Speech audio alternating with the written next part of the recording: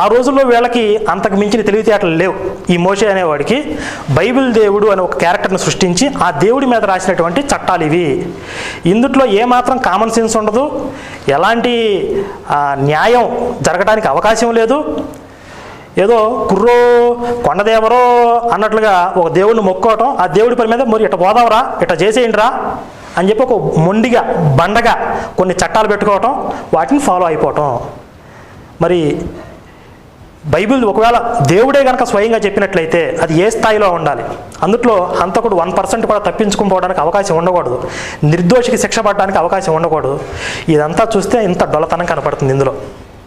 నేను అనుకున్నాను ఈ మర్డర్ జరిగినప్పుడు దీన్ని విచారణ చేసే క్రమంలో బైబిల్ దేవుడు చెప్తున్నాడు కదా, ఇది ఎంత గొప్పగా ఉంటుందో, ఎంత ఉన్నతంగా ఉంటుందో, మన సిబిఐ కానీ అమెరికా FBI కానీ ఎందుకు పనికిరావేమో అనుకున్నా. తేరా చూస్తే మన విలేజెస్లో